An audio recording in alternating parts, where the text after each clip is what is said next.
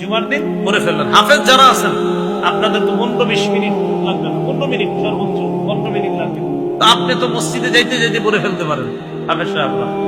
তাহলে সূরাতুল কাহফটা মা বোনদেরকেও বলবেন পড়তে জুমার দিন, আপনারাও পড়বেন। জুমার আগে আগে আপনি বাস যখন 10টার দিকে গোসল করে, সাধারণত আমাদের দেশের মুসলমানরা 10টার দিকে গোসল করে রেডি হয় আস্তে আস্তে, তা আপনি 10টা বাজে গোসল করে আগে আগে মসজিদে চলে যান। ইমাম সাহেব মিম্বরে বসে 12টা 25 বা 15-তে বসে, তো এর আগে আপনি মসজিদে বৈশা দুখুলুল মসজিদ পড়লেন, পড়ার পর এরপরে যদি নফল নামাজ পড়তে মন চায় কিছু পড়লেন, আর যদি না আমি পড়বো না তো বসে বসে সূরা কাহফটা তেলাওয়াত করেন।